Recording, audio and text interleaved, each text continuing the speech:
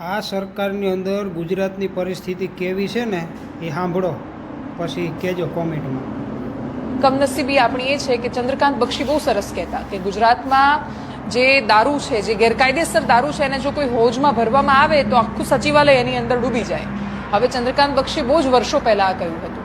અત્યારે વિચારીએ તો આખું ગાંધીનગરની અડધું ગુજરાત ડૂબી જાય એટલો દારૂ પકડાય છે અને છતાંય કોઈનું કોઈ કશું જ ઉખાડી નથી શકતું.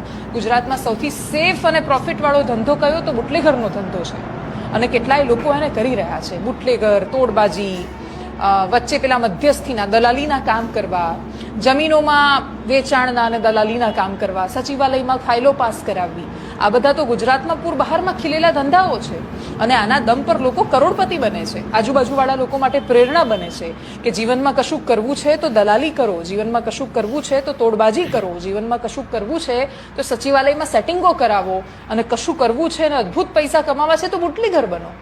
આ આપણે આપણા રાજ્યમાં બાળકોની સામે આદર્શો પેદા કરી રહ્યા